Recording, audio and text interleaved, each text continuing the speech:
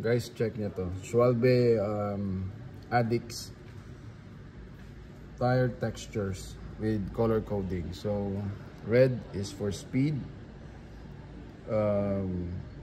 blue is for speed grip, orange is for soft, and purple is for ultra soft. So try natin to, guys. So meron tayo ditong red na tire texture. So bounce check, bounce test. Oh, see, bouncy siya, guys.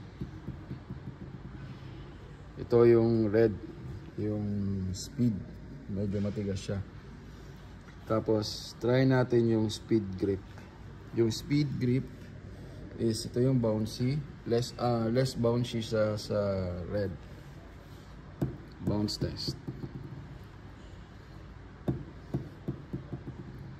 Ito, diba? Tapos sunod natin is yung soft.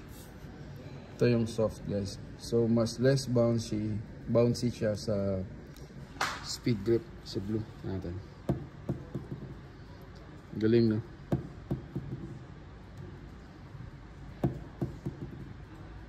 Ayos. So ito yung ultra soft. Ito mas magandang gamitin to sa likod. I mean sa harap. Kasi makapit, traction. Napakaganda to sa DH or sa enduro. Hindi nagbabounce, guys. Yan.